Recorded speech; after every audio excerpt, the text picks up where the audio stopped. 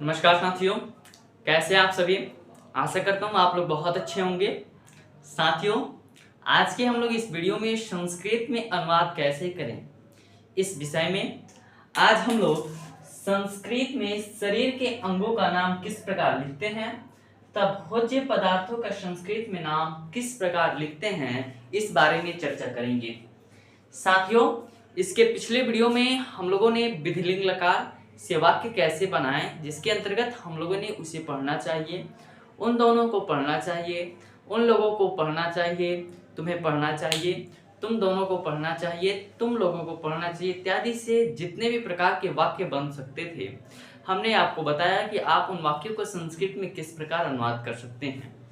तथा उसके पिछले वीडियो में हम लोगों ने लंग लकार, उसके पिछले वीडियो में लिट लकार, लोट लकार और लट लकार के बारे में चर्चा किया कि आप लोग संस्कृत में अनुवाद बनाना तो जान गए होंगे उस वीडियो को हल्का फुल्का देख करके। क्योंकि आप लोग का बोर्ड परीक्षा है और बोर्ड परीक्षा में थोड़ा हाई लेवल का भी पूछा जाता है वाक्य कैसे बनाएं, और चूंकि गद्यांश भी आता है, गद्यांश में से आंसर को लिखना होता है इत्यादि बहुत ऐसे संस्कृत में ही प्रश्न पूछे जाते हैं। काफ़ी ज़्यादा तो ऑब्जेक्टिव और सब्जेक्टिव तो हिंदी में ही आप लोग को लिखना पड़ता है, लेकिन कुछ ऐसे क्वेश्चन होते हैं जिनको संस्कृत में ही लिखना होता है।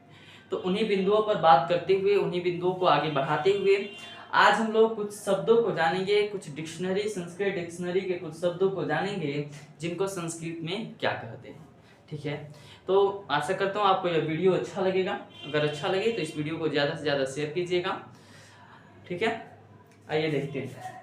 देखिए, संस्कृत में हम लोग शरीर के अंगों का किस प्रकार नामकरण कर सकते हैं।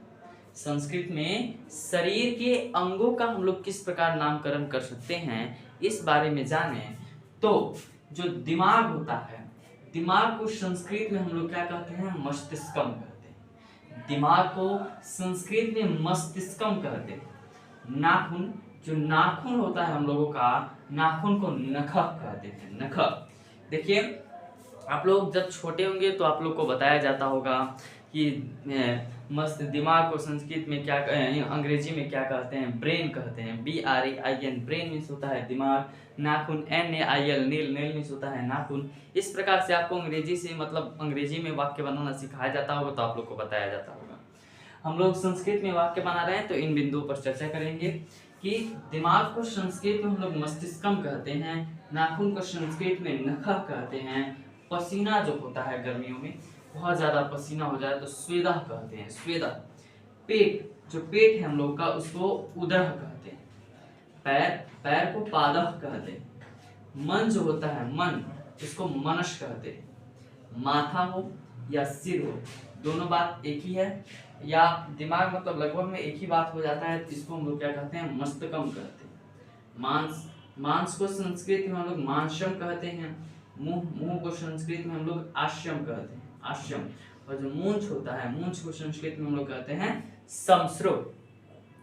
इसी प्रकार जो शरीर होता है, शरीर, उसको संस्कृत में हम लोग शरीरम कहते हैं।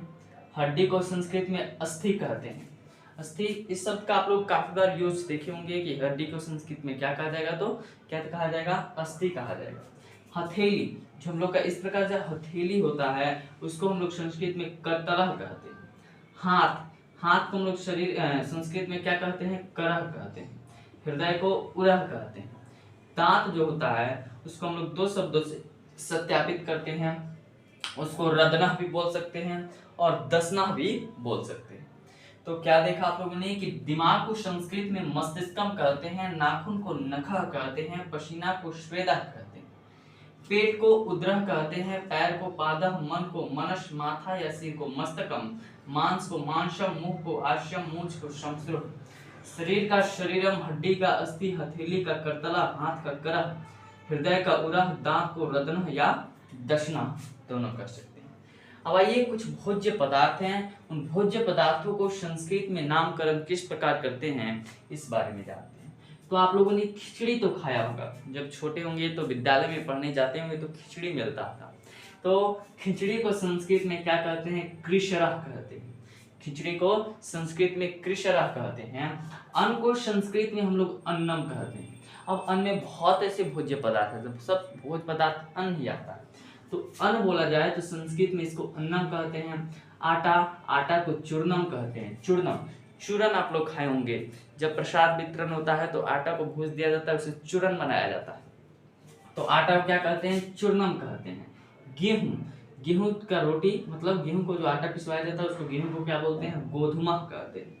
और चावल को तंडुला कहते हैं। दाल को द्विदलम, धान को धान्यम, खीर को पायसम कहते हैं। धान को धान्यम, खीर को पायसम।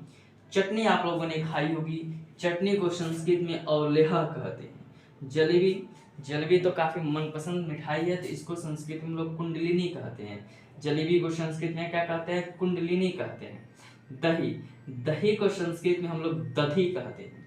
दधी को मतलब हिंदी क्या होता है, दही होता है, तो दही को संस्कृत में दधी कहते हैं। नमक, नमक को संस्कृत में हम लोग क्या कहते हैं, लवणम कहते हैं। नमक को संस्कृत में हम लोग लवणम कहते हैं। अब आइए और कुछ शब्दों को देखते हैं।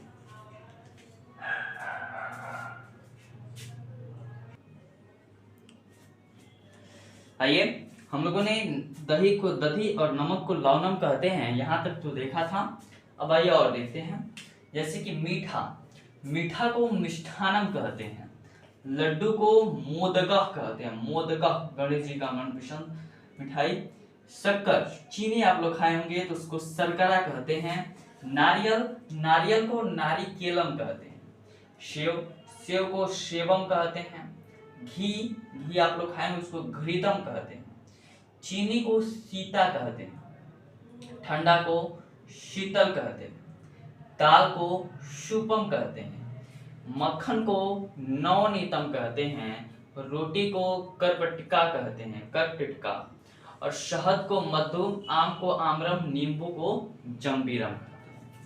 क्या देखा हम लोगों ने कि खिचड़ी को कृशरह, अन्न को अन्नम, आटा को चूर्णम, गेहूं को गोधुमा, चावल को तंडुला, दाल को द्विदलम, धान को धान्यम, खीर को पायसम, चटनी को अवलेह, जलेबी को कुंडलिनी, दही को दधी, नमक को लवणम, मीठा को मिष्ठानम, लड्डू को मोदकः, शक्कर को शर्करा, नारियल को नारिकेलम, सेव को सेवम, घी को घृतम, चीनी को सीता, ठंडा को शीतलः, और दाल को शुपम, मक्खन को नवनीतम, रोटी को करपटिका, और शहद को मधु, आम को आम्रम, नींबू को जंबीरम। तो आशा करता हूँ आप लोग सभी शब्दों को अच्छे से देखे होंगे कि किसको संस्कृत में क्या कहते हैं। साथियों, इसके अगले वीडियो में हम लोग कुछ और शब्दों को कोशिश करेंगे आपके समक्ष प्रस्तुत करें। उसके बाद हम लोग प्रैक्टिस सेशन स्टार्ट करेंगे कि किस प्रकार हम लोग संस्कृत में अनुवाद बनाते हैं। चलिए मिलते हैं अगले वीडियो में, और अगले वीडियो में हम लोग बहुत ही शानदार तरीके से एक नए वीडियो की शुरुआत करेंगे। अगर आपको वीडियो अच्छा लगा हो तो वीडियो को ज़्यादा से ज़्यादा शेयर कीजिए। धन्यवाद।